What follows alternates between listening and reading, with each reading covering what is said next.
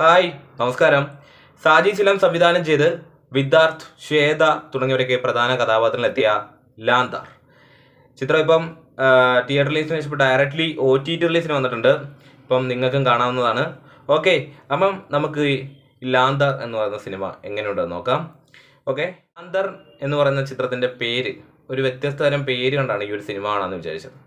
അതായത് ഈ സിനിമയുടെ തുടക്കം കാണിക്കുന്നത് ഒരു സൈക്കോ കില്ലറാണ്. സൈക്കോ കില്ലർ ഒരു വടിയൊക്കെ പിടിച്ച് കുറേ ആളുകളെ കൊല്ലുന്നതായി കാണിക്കുന്നുണ്ട്.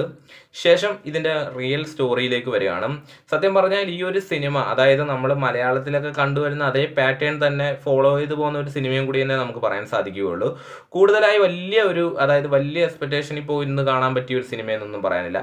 വിദ്യാർത്ഥിൻ്റെ ആക്ടിങ് ഒക്കെ കുഴപ്പമില്ലായിരുന്നു. പോലീസ് ക്യാരക്ടറാണ് അദ്ദേഹം ചെയ്തിട്ടുള്ളത്. ശ്വേതയും വലിയ കുഴപ്പമില്ലാത്ത രീതിയിൽ വന്നിട്ടുണ്ട്. പിന്നെ അങ്ങൊക്കെ ചെറിയ രീതിയിലുള്ള കഥാപാത്രങ്ങളൊക്കെ ഉണ്ട്. തിയേറ്ററിൽ വൺ ഫ്ലോപ്പായി മാറിയിട്ടുള്ളൊരു സിനിമയായിരുന്നു. പ്രത്യേകിച്ച് വലിയ രീതിയിലൊന്നും ഓടിയിട്ടില്ല. എന്തായാലും കുഴപ്പമില്ലാതെ കണ്ടുകൊണ്ടിരിക്കാൻ പറ്റിയ, അതായത് കുഴപ്പമില്ലാത്ത ത്രില്ലർ സിനിമകൾ ഇഷ്ടപ്പെടുന്നവർക്ക്, ത്രില്ലർ സൈക്കോളജിക്കൽ സിനിമകളൊക്കെ ഇഷ്ടപ്പെടുന്നവർക്ക് നിങ്ങൾക്ക് കണ്ടുകൊണ്ടിരിക്കാൻ പറ്റിയ ഒരു സിനിമയും കൂടിയാണ് ലാന്താർ. ഈ സിനിമയുടെ ട്രെയിലർക്ക് ഒരു വലിയ എക്സ്പെക്ടേഷൻ തന്നിരുന്നു. കാരണം അത്യാവശ്യം കുഴപ്പമില്ലാതെ അതിൻ്റെ ട്രെയിലറെ കണ്ടതുപോലെ തന്നെ ഒരു സാധനം ഉണ്ടാവുമെന്ന് നമ്മൾ പ്രതീക്ഷിച്ചിരുന്നു. പക്ഷെ അത്തരത്തിലുള്ള കാര്യങ്ങളൊന്നും ലാന്താർ എന്ന് പറയുന്ന ഈ ഒരു സിനിമയ്ക്ക് കൊണ്ടുവരാൻ സാധിച്ചിട്ടില്ല.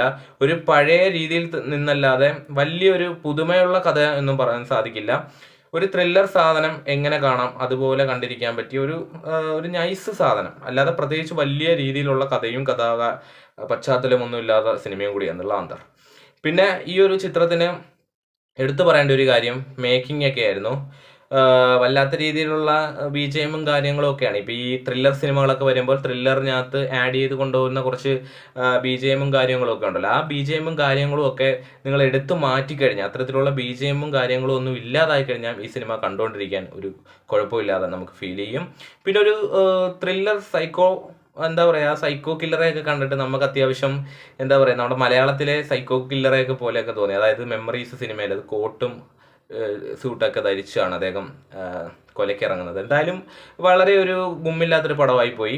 എന്തായാലും ഇഷ്ടപ്പെട്ടാൽ നിങ്ങളത് കണ്ടു നോക്കുക. അപ്പോൾ ഈ സിനിമ കണ്ടിട്ടുള്ളവരാണ് നിങ്ങളുടെ അഭിപ്രായങ്ങൾ കമൻറ്റായി ഒന്ന് രേഖപ്പെടുത്തുക. ഓക്കെ, അപ്പോൾ അടുത്ത വീഡിയോയിൽ നമുക്ക് വീണ്ടും കാണാം. അതുവരെ ബൈ.